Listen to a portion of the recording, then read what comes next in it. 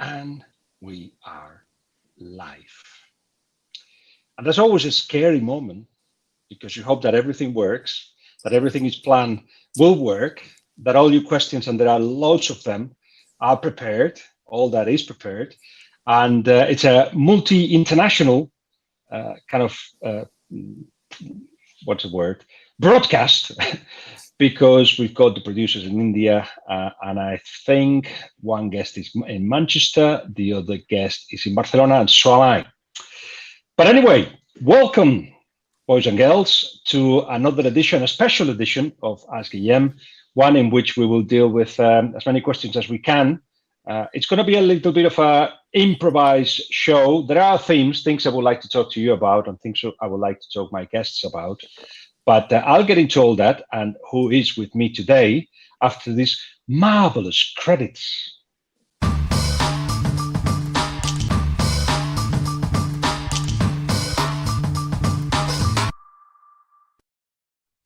It's quite cool, isn't it? I really like them. They were prepared for me by Diario Sport, but I got hold of them and I'm using them now for my YouTube channel. Anyway, time to present my two guests, two very good friends of mine, both of them exceptional at what they do. Let's start with the former professional, who's now professional as well, but of a different thing. Somebody who's played for 1, 2, 3, 4, 5, 6, 7, 8, 9, 10, 11 more teams than me. And that's, of course, Andrea Orlandi, who's been all over the world. And I'd like to hear a little bit of that story, Andrea. First thing, that will be the first thing I'll ask you. So, hello and welcome to Ask Guillem, Andrea. Hello, Guillem. Thank you for having me on board. And then we also have from Manchester, the extraordinary writer and journalist that is Pol Ballus, who, of course, wrote with Lou Martin a fantastic book on Pep Guardiola, and who has been doing that writing, giving us the insight on what this season has been for Manchester City. We'll touch on all that. So, Paul, welcome. It's a pleasure to be here, Guillem. Thank you for having me as well. You're all having a drink. So I wonder what it is. I'm having a coffee. I'm having a coffee as well. Yeah. A coffee as well, Guillem. We're all having coffee. But it's 3 o'clock in Spain, 2 o'clock in the UK. Yeah. I think you should say you shouldn't call us at this time. That's lunchtime. But is it not? What kind of day have you had, Andrea? Well, I was in Madrid yesterday, so I had my train back to Barcelona in the morning. I got back home. Luckily, my wife was home, so she was cooking for me. The meal was ready. And then, I had my coffee right now and ready to join the conversation. So this is the post-lunch coffee. Post-lunch coffee, yes, it is. That's right. And what do you do at this time normally, Paul? Yeah, no, it's the same for me. I'm like full English now. So I have had lunch like at 12. And yeah, I'm having like the post-lunch coffee. It's been like a couple of 3 of like really, really stressful days after like the Man City winning the trophy and everything that we had to tell about it, that it's a lot. But yeah, now happy to be here and happy to enjoy this conversation with a good coffee as well. As if you weren't busy enough, that it is something else to do for you. I hear you everywhere, and you are doing a really good. You're opening a massive door into what has been, what it normally is a very enclosed world, which we'll delve into in a minute. But Andrea, I was saying that you've been everywhere. Describe a little bit your story, if you like, and 1 or 2 moments that you would call like memorable for you. Well, obviously, when I made my debut for Barcelona, I'll start for this. Being a Barcelona boy, obviously Italian parents, but born in Barcelona, and actually playing for Espanyol for a few seasons where I was younger. Then I had to travel up the north to Vitoria. I made my professional debut for Alaves. Then Barcelona spotted me there and brought me back for the Barcelona B team. And then I had the privilege to make my debut with Barcelona away at San Mamés in La Liga, and that was probably the best moment of, I was going to say my life, but I've been a dad twice, so of my sporting life, of course, and it's a proud moment for me. And then obviously one of the main topics we're gonna touch on today is Pep Guardiola, and I was very close on working with him, and this is probably one of the biggest regrets of my career, because I just left the club when he took over as a Barça B coach, having the chance to stay, and obviously I took a different path, and it was an exciting one. They brought me up to the UK, played for Swansea, a club that was only a very small club, and in 5 years we got that beautiful story of going from League One to the Premier League. And in our first season in the Premier League, we finished 10th, and it was a great achievement. And then played for Brighton for 2 years, Blackpool, played in Cyprus, Italy, and ended up my career in India. So it's been an exciting journey, and I'm really proud of what I have achieved. But as I said before, there's one regret that I have, that I never had the chance of having at least a conversation with Pep. That could have been a life-changing experience, of course. Yeah, Paul and I have written books about Pep Guardiola, but we never had the chance of maybe playing for him. So you should still be happy enough that you were close to it, much closer than any of us. But Paul, tell us a little bit about where you are right now, and obviously you are at the peak of your time as a journalist, I would say. But there's a lot more to climb, I'm sure. Yeah. I'm in Manchester right now. I'm in my house that it's been for the last 6 years here in Manchester. I came here 6 years ago. I ended up like my degree in journalism, and I wanted just to write about English football. That was kind of my dream, to be honest, when I was 22 years old. And I went to Liverpool. And I started working like in a pub, just like serving beers, serving coffee, just to have a life. And in my free time, I started working, writing, trying to sell like stories to the Spanish media. And it all changed in 2016 when Pep Guardiola and Jose Mourinho came to Manchester. So it was like the big city, the place to be in the world football, and I decided just to come to Manchester. And yeah, basically just when Pep Guardiola arrived here, I think that the demand that there was from Spanish media in what was happening here just increased a lot. I got a call from Diario Sport, that is the paper where I'm still working now. And since then, I've been like working and collaborating with more and more media. I work with RACU, which is like the biggest radio station in Barcelona as well. And I've been doing things with English media too, which, I mean, it's quite incredible because I cannot explain myself how they have accepted to let me write in there. But yeah, I'm happy to do that now. And you're doing it very well. In fact, I said today, Nick is asking, are you writing a new book about Pep's new team?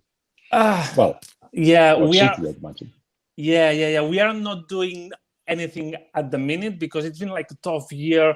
I mean, it's not like the same way that it was before, just to get access to the sources, just to speak with people, just to move around, basically. And part of what we did with Lu Martin, that I want to mention him because he's been like the key part of all that. Like a legendary journalist in Spain that opened me the door to do this book about Pep and Man City. Was like the Cicerone for me in that regard.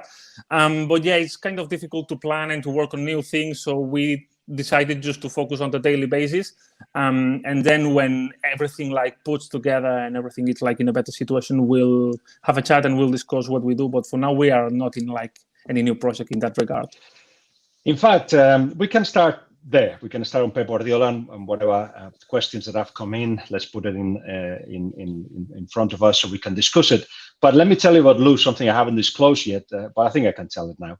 As you have mentioned, Lu Martin was also one of my top sources for another way of winning, the biography of Pep Guardiola, over the 4 years that he was at Barcelona. And I said to him, this book, you should write this book. No, mate, you should write this book. No, I'm not writing books. Until, of course, he found Pol Ballus, who then seemed to be the perfect partnership. And that's where the book that he publishes has come out. And as you say, it's a legendary journalist on football, who has been in the biggest newspaper, the one that we all admire, El País, and now he's between Manchester and Barcelona, isn't he? He's more in Barcelona now because of the situation, because of the pandemic, basically. It's like more difficult to move around, but he has one eye here in Manchester and just one eye in Barcelona.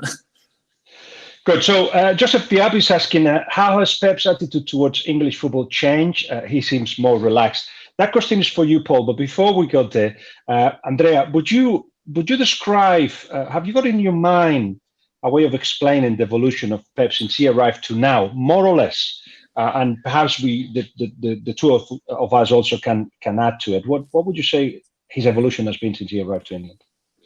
Well, I think that his biggest challenge when he first took over at Man City, and it's something that he's explained a few times, that there are things in English football you can't control in terms of it's an end-to-end type of football, box to box. There's no tactical discipline at times in teams, but they do make things difficult for you. So you can't really control going away at Burnley, for example, where they play more direct football. There's lots of second balls, 50-50 challenges, and you can have the ball 80-85% of the time. But then when they have it and they kick it long, it's a completely different game and a new opportunity for them to create problems to you. Same with set pieces. So it's been hard for him to actually. I was going to say it's been hard. I mean, he's won nearly every year.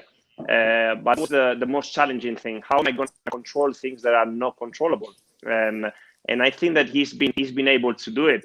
Now we can analyze tactically things, some twitches that he's been doing. He started back in Munich as well, using the fullbacks in central positions, both in possession, but especially when they lose the ball, you've got someone covering up, in a better position to counter-attack. The way he's using those fullbacks with the ball as well, the way that he's using wingers, the way that he's not using strikers, for example. Now he's playing with no strikers, which is incredible because they still have the same end product, if not better.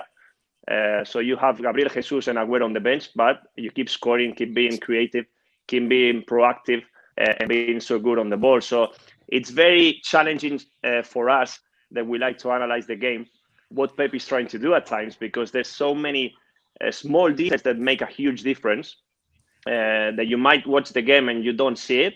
But if you want to analyze it deeply, then you get to the main thing here, that Pep is a genius. He's a football genius because he always manages to find a new way, something new that no one would ever think about, to surprise us and to win. Because I think that I like the philosophy of Marcelo Bielsa. The football is about entertaining, yes, of course, but if you can entertain and then win, then you are the best, and this is what Pep is for me. Do me a favor, Andrea. Switch off and come back on, because sometimes the voice gets tingled a little bit, and just to see if we can get a smoother connection. Meanwhile, I'll talk to Paul about this.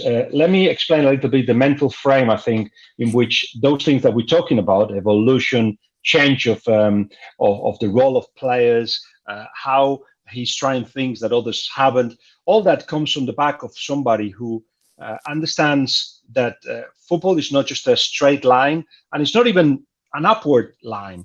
It's just one that comes from influences from all over the park, and you have to constantly evaluate yourself and have people around you that help you to do that. Now, that's the hardest thing, I feel, to actually challenge yourself and say, as he did, for instance, this season around December, say what's wrong, and ask people around and act upon it. So I'll leave it to you, Paul, to explain, first of all, how his attitude towards English football has changed, and to continue on this idea that that mental frame is what makes Pep so special.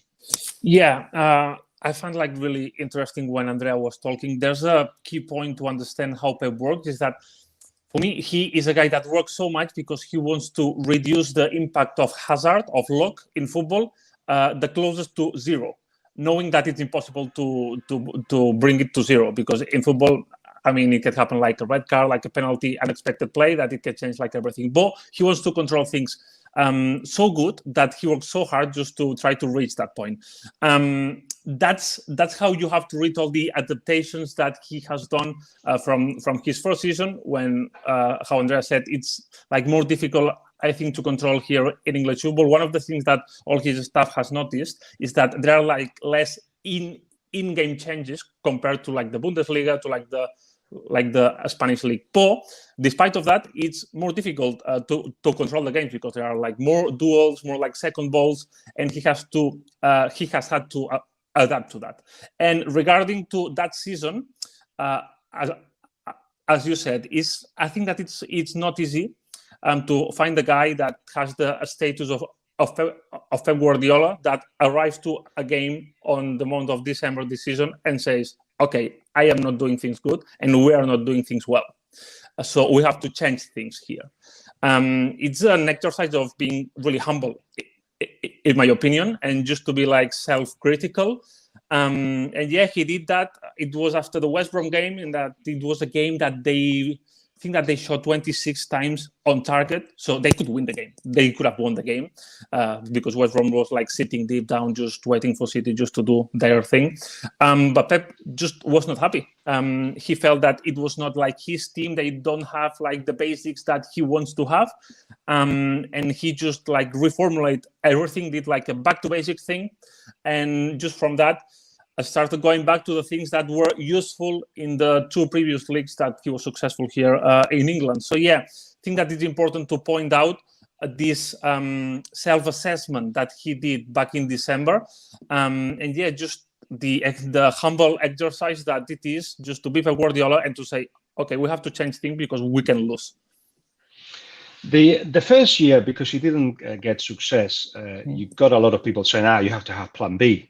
Plan B in most people's minds is long ball and second balls. But quite clearly, that was not, he prefers to have plan 1A, 1B, 1C, 1D, but basically all based on the same principles. But certain things surprised him, and see if the three of us can find few things that perhaps at first Pep wasn't doing and he's doing now.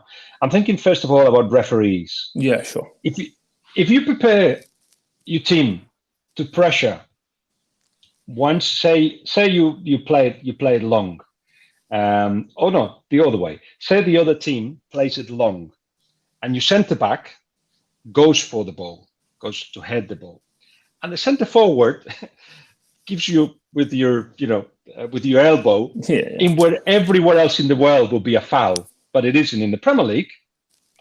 You have to adapt to that, because otherwise it could be dangerous. So obviously, the fact that referees allow so many things here is something that Pep Guardiola had to adapt to.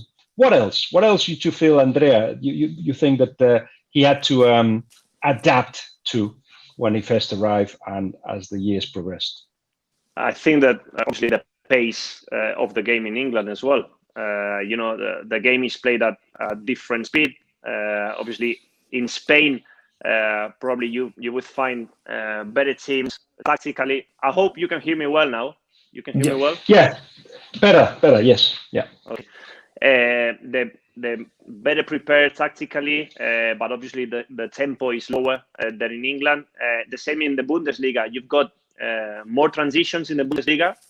Football is played at higher speed, but tactically as well, it's not the best. In England, they don't think about tactics a lot. And now, there's more foreigners in coaches, and even, from grassroots through the academy, they work in a different way. So they're better prepared in that.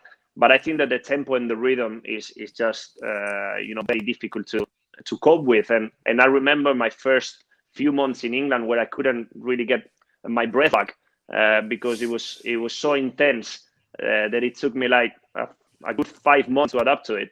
And then when football is played at that speed, it's very difficult to control, and that's one of the things you have to adapt to as well.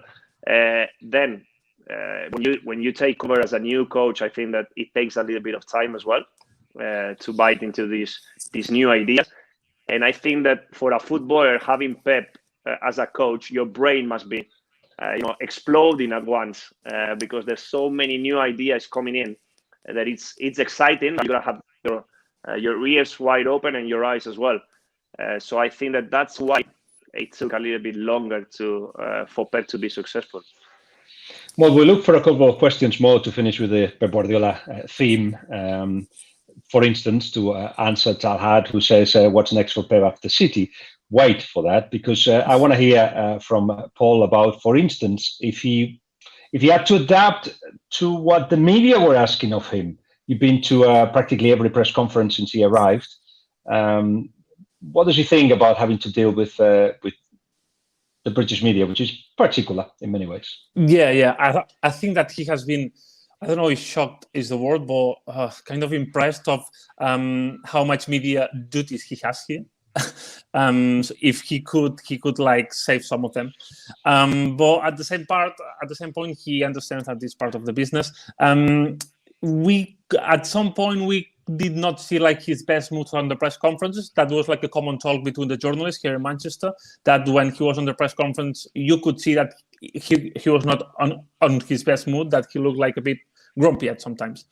But yeah, I think it's something that he has been used to get on, and that in this last part of the season, when the results were like better, I think that it was key, his attitude on the press conferences, just to face like the important games of the season. Pep is an expert on like creating like a momentum in the build-up of games. He did it in Barcelona. He's done it at Bayern as well. And I think that this season here at Man City, he has protected the club and just inspired the players at certain times. That has been key. For example, before the PSG game and just before the Dortmund second leg, but also like protecting the club, being the shield of the club at some point with that UEFA allegations when City was about, with that doubt of being kicked out of the Champions League or not. He has like made a step forward when it has been needed for the club, and I think that's what Pep Guardiola is at the end.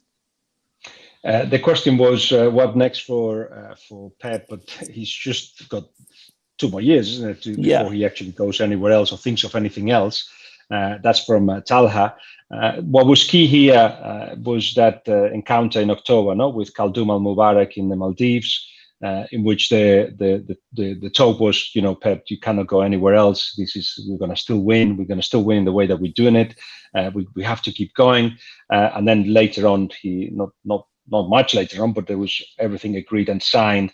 And for him to stay, not 1 extra year, which is, I think, what everybody or most people around him wanted to propose, so he didn't get scared, but 2 years, and he was happy with that. So I would say, I think we have to wait to the next step, even though, I don't know what you think, Paul, possibly a national side at some point, maybe something that he may like to do. And I don't think Barcelona is in the cards, do you? Not for now. I think at some point, maybe he would like to come back at some point. I don't know in which role or doing what. But for Barcelona, just having him inside the club, it would be like great news. Just to, I don't know, if he doesn't want to be a manager or if he doesn't feel to be a manager, just to be a part of the club can influence like in a lot of things. So if that opportunity never came out for Barcelona, I mean, it would be like a no miss chance. But yeah, he has mentioned that the national team is an aspiration of him. I don't see him like going in the national team like in the short term, because as you said, he has like 2 more years of contract here. He's happy here, and I think that he is aware that now he is in the place, in the job, in the world that he can be more comfortable working because of the atmosphere he has, because of the protection he has from the club.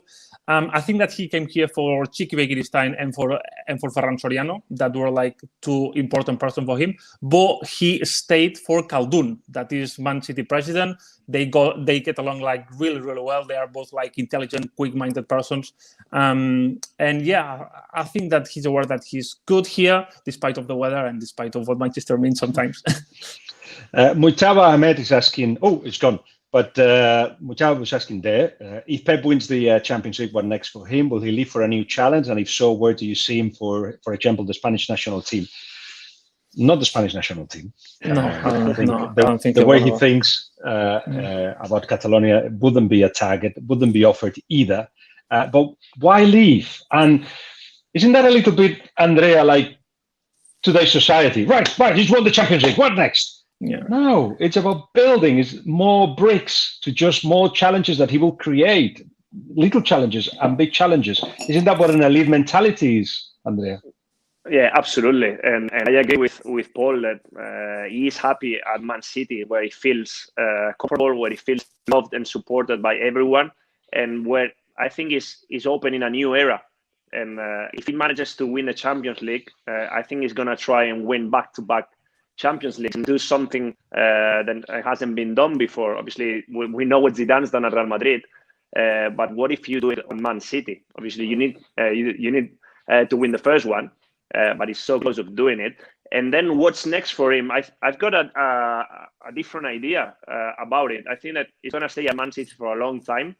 But I think that actually Italy might be in his plans, because I think that him as a coach, in terms of being so methodical, in terms of preparing everything perfectly, I think that his time in Italy as a player really affected him. When he knew and he found a new way of training, a new mentality. Obviously, he's taken this mentality into the next level, because I've been in Italy, I've trained there, and sometimes they're still in the 90s when they were very successful. But some very interesting things, especially the way they work tactically, that I think we can see in Pep as a manager now. And that's why I think that Italy might be in his plans, not in the near future. Because I wouldn't leave Man City if I was in his boots, because he's in the perfect place at the perfect time. But probably it's something that he's excited about, and me being half Italian, I would be very happy having Pep and hopefully helping Italian football going back to where it was a few years ago. In fact, you're absolutely right. Some of the learnings that he did when he left Barcelona and went through Italy is the way of defending. He put that into his armor before he became a coach. From the moment he left Barcelona, I think even being at Barcelona, his mentality was already collecting information for his future as a coach. And there was rumors at some point that Juventus wanted him, and in fact, he got one day, I can't remember exactly what it was. It must have been a year ago, when he was like, it's absolutely done. It's done. Everybody was saying in Italy, it's done. And I'm sure Paul did the same as me, ring around, and it's like, no, what are they talking about? Anyway, if he was Juventus, it'd be interesting, because, of course, Juventus rejected him. He doesn't know exactly why. When he had to go to Italy, when everything was agreed, and decided to go for Zidane instead of him. And then, of course, he ended up at Brescia. A club that he said at some point he liked to manage, but I'm not so sure about that. Brescia is a different place than Pep Guardiola right now. Have we got more questions on Pep Guardiola? We've already dedicated 27 minutes to it, and we could do 2 hours or more, the whole weekend talking about it. But we could move on. Musama James is actually asking something that helps us move on. Koeman to stay at Barcelona. Tell us, is he staying? Aye, right. First of all, only one person can answer that. That's John Laporta. We can speculate in one way. We can also educatedly guess, because we are all hearing things that are happening. There was a meeting between Laporta and Rafa Yuste, the director of football at Barcelona, and Koeman yesterday, 2 hours and a half, in which they chatted, out of which there's some media saying Laporta has told him that Koeman is staying, some other media saying the future was not discussed.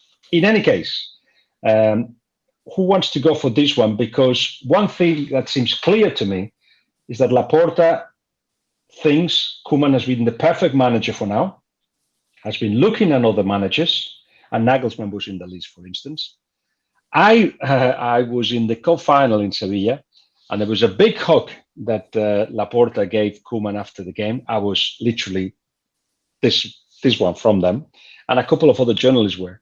And John Laporta very loudly said, I don't know why so loudly, because he was hugging them. He could have said just very softly, but he said very loudly, the first of many. This is after they won the cup. At that point, I thought, really, do you mean it? Because it doesn't seem like you're giving indications yet that he is your manager for next season. He hasn't confirmed it yet. Let's see what comes out from that meal. But Andrea, what are your impressions? Do you think Koeman is the man for Barcelona next season? Do you think he's wanted for next season? I don't think so, Guillem, because they would have already said Koeman is our man. If they really wanted him to stay, and I agree with you. I think that he was the perfect man for this season. In terms of, it's been a transition period for Barca, and it might take a longer time in this transition, not only one season. Where the beginning of the season, where were the aspirations of Barcelona? Messi wanted to leave. There was no new exciting signings in the team. Everything looked all over the place. In the 4-2-3-1 of Koeman wasn't working. In December, the gap with Atletico Madrid was huge, and then he made some brave decisions. He changed with 3 centre backs. He started working. Busquets started improving. He's giving youngsters a chance. He had to deal with the Suarez situation as well, which I'm not going to say if it was the right thing to do or not. This is not what we're talking about now. But I think he's done some good things, and he's been brave in taking some decisions. Now, in recent weeks, I think that he's changed as well. I think he's starting to get nervous in terms of he doesn't know if he's going to stay, and that's understandable. But in his game management, the decisions he's making during games, substitutions at times, the way he set the team up, I think about El Clásico, for example, he hasn't really helped Barca. And I think Barca, they've had 3 chances of going top of the table. And 2 of those games were Granada and Levante, and they haven't been able to do it. This tells me that maybe he hasn't really helped the team when he has been doing it for 80% of the season, because I think he's done some really good things. And I also think that these recent weeks have given Laporte a bit of a headache, and that's why he's taking his time to assess who is available, who might take this club forward. Because I really think Koeman's been perfect for this season, but I'm not as sure if he's the right man to take the club forward. Dear Jan, Hemmen is saying, do you think Koeman will be fired as he's not won the league? Well, mathematically, he's still got a chance, but I think that draw against Levante suggests that probably he will not win it.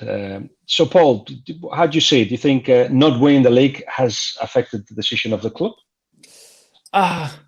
So the thing, I think that in the club there's like the consensus, like Andrea was telling now, that Koeman is probably not the man for the future, because in tactical terms, I think that he has done almost everything good except the tactical things, except the tactical decisions that he has to take. And in Barcelona, that's a massive thing. But like in press conferences, like in terms of being like a speaker from the club, it's been great, and it's an important thing in Barcelona too.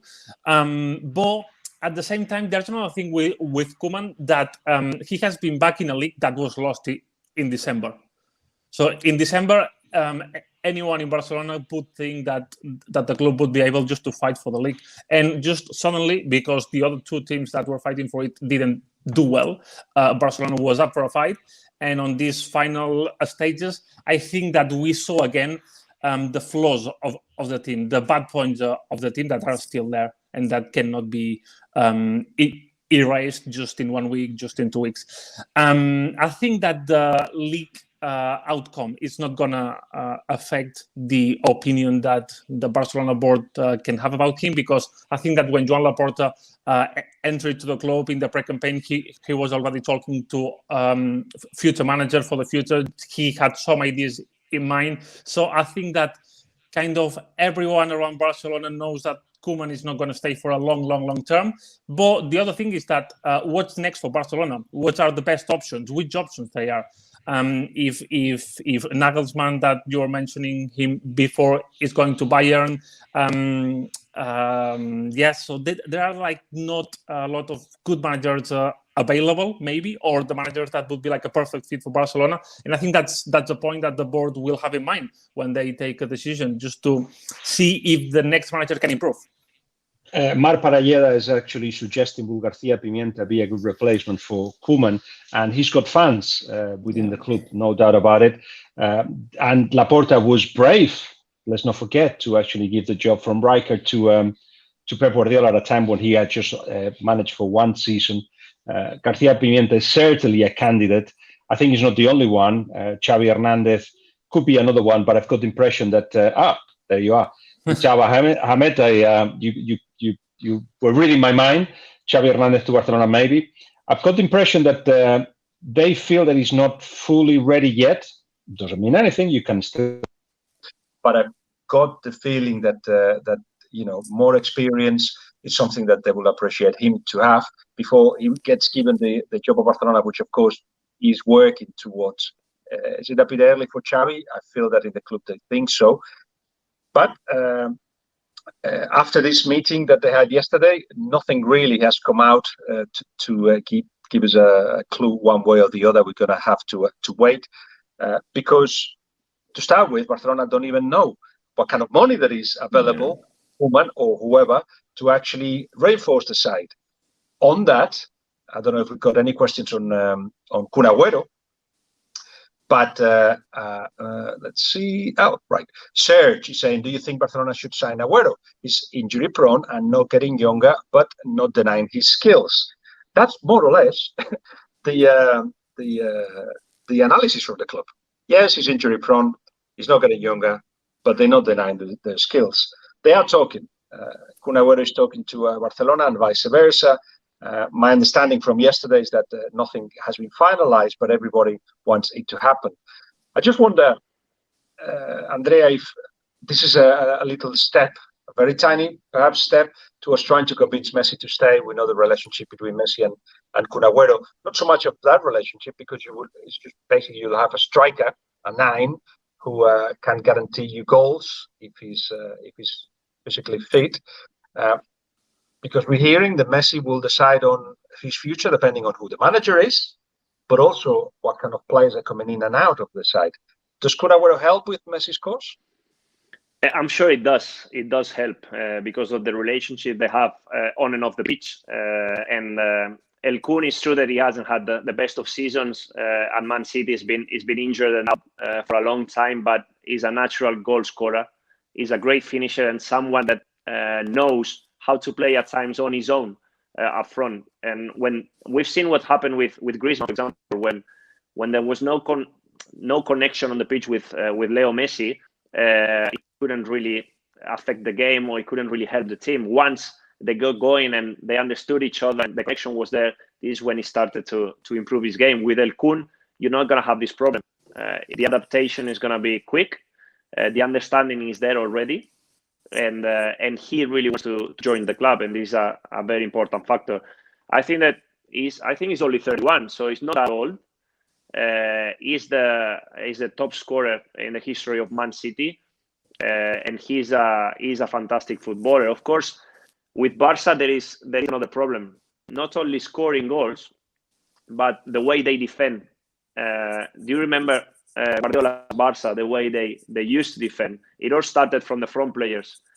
Is Kun Aguero now able to do that? You've got Messi, who he doesn't have to defend because he's best ever. But then if you have another one who's not going to do the job for you, then the problem becomes a little bit bigger. So it's about finding the right balance and the right compromise. But if Aguero is coming on a free, I would have him all day long. And I think that the transfer window policy is another problem with Ronald Koeman as well, staying at the club, because he wants Memphis Depay. He's made it clear he wanted it in summer and a January transfer window as well. And I don't think the club believes he's the striker that Barcelona needs, because he's not the number 9. So if I have to choose between Aguero and Memphis Depay, it would be, for me, it's a no-brainer. It would be El Kun Aguero. Mm-hmm. Quite clearly, I read an interview in El País yesterday from Jorge Molina, in which they were asking him about the European Super League. And he was saying, you know what? If you don't have 250 million, don't spend them. Isn't that the solution to all the problems? If you don't have the money, don't spend them. I understand the expectations are huge for all these clubs. But shouldn't Barcelona realize that with the amount of debt they have, that they should prepare everyone for what's coming next? And they should change, obviously, sell players, and as Dinesh Rihal is saying, the likes of Umtiti and Coutinho, but also change a little bit the plan. If they don't have money, is it a solution to bring 500 million from somewhere? That means you will owe it to somebody else, not to the banks. Is that the solution? Or should Barcelona just go back perhaps to this idea of bringing players through, and if you can win, you can win. If you cannot win, then that's fine, because they were going to have to go through a long transition. What do you think they should do, Paul? Yeah. What I mean, we were talking just earlier that Pep Guardiola did a back to basics in December. I think that Barcelona should do the same. I mean, what made Barcelona great was the fact of having such a good amount of players that knew from they were 10 years old how this could play. So when they went straight up to the first team, they know how to pass the ball, how to position, how to face the opponent, how to press. That's a huge point for Barcelona, and that's what made this brand of Barca's style of playing work. So I think that Barcelona has to go back to that.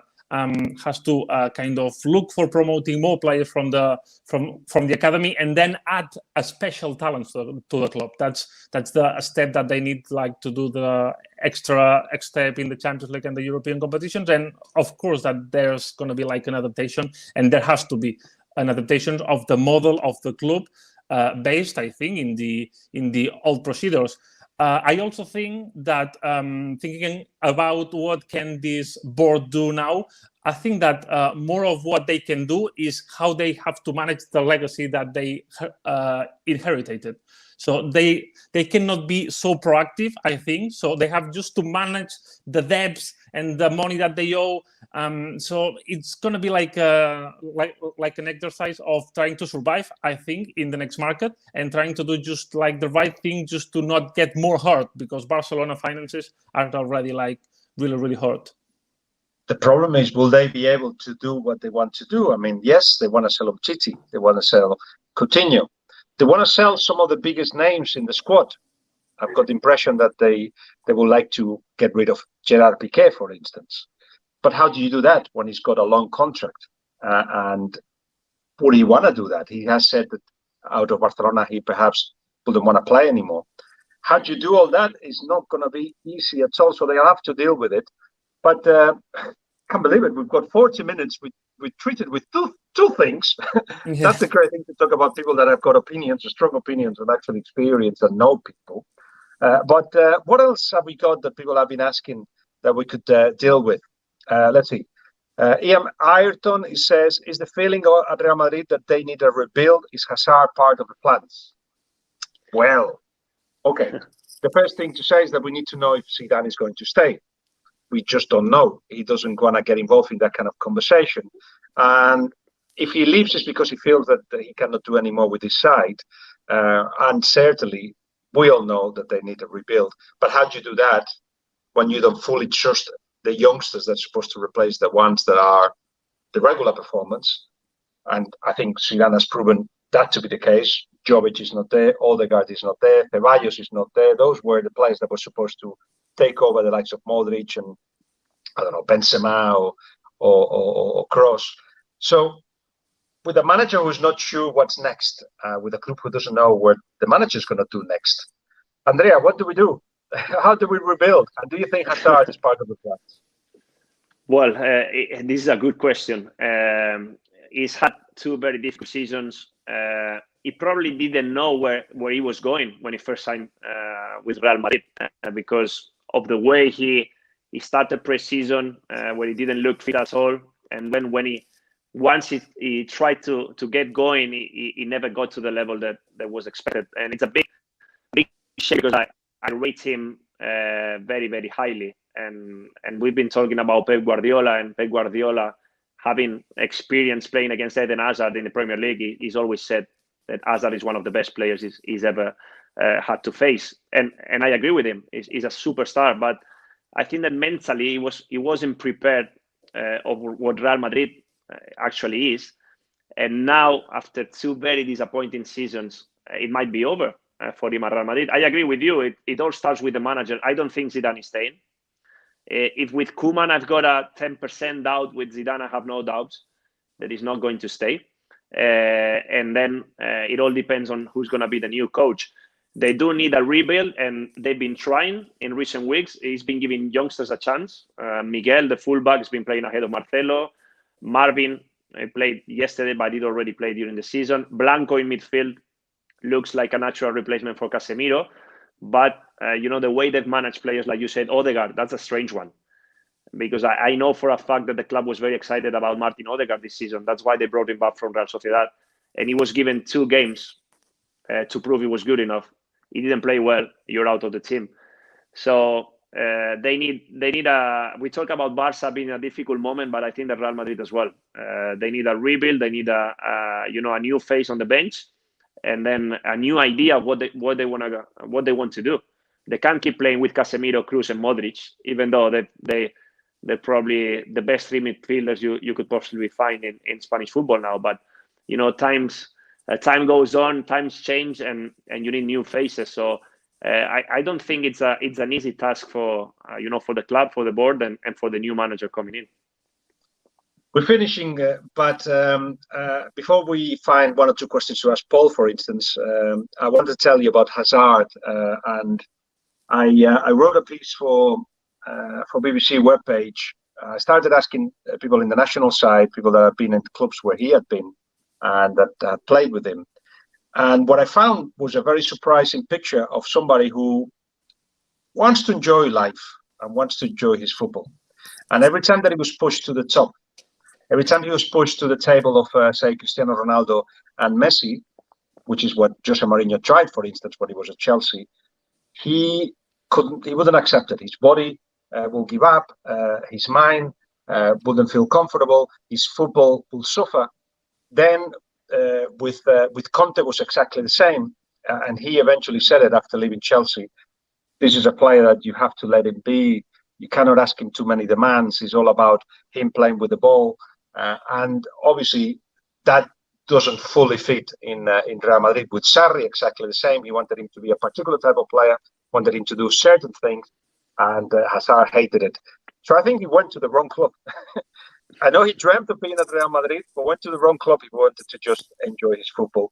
And I think that's what we're seeing a little bit. He will get fitter. He will get better, I'm sure. We haven't seen his best form even under pressure. But certainly what's happening has to do with the mind too. So if we got 1 or 2 more questions we can ask Paul as we have him here. Ian Ater, who also speaks Spanish, says, what do you think of Simeone? And do you think that his cycle finishes by winning the league? Paul, what do you think? Well, I think that Simeone is like a man made to train Atletico Madrid. I mean, you cannot deny that. And if he wins this La Liga, I think that he's going to find something that he's been aspiring for a lot of years, and that he probably could have had before, because he had like really good squads at Atletico de Madrid. I think that this season we have to highlight of Simeone that he's changed some bits. He has played with 3 center backs. He has like moved his tactics. So that's to give credit to Simeone. But I also could see him leaving for another chapter, because it's been like a long time in Atletico de Madrid, and in football nowadays it's like very hard to keep those like long cycles. So I could see him fitting, I don't know, in Italian football, probably not in Inter, because now they are happy with Conte, now that they won the league. But I think that in the future, Simeone could be thinking about a new era, and why not? Andrea, when am I seeing you next? Because we meet in La Liga TV, aren't we? You there on Sunday? Not this Sunday, next Sunday, Guillem. So hopefully I'll see you there. Next Sunday, I'll see you there, yeah. I'll be on that one. Brilliant. So, brilliant. Yes, we'll have, I think, we hope to leave you something to discuss, because Atletico Madrid could actually win it this weekend, maybe. Remember that all the games in La Liga will be played on Sunday at the same time. That's 6 p.m. Spanish time, 5 p.m. UK time, and so 5 p.m. GMT. And then we will see. In every single game matters, so they all have to be played at the same time. For the last weekend of the season, we will see how the fixtures panned out. But Paul, Andrea, it's been a great pleasure, and I think you're going to get a message from me saying we should do this again, because it's been a lot of fun, and you've got a lot of information, and you deliver it really, really well. So thank you everyone for watching Thank you, Andrea. Thank you, Paul. Thanks to Ari and Thank the you. team for being behind the scenes and putting this together. And I'll see you later, boys and girls. Talk to you soon. This was Ask Guillem, special edition.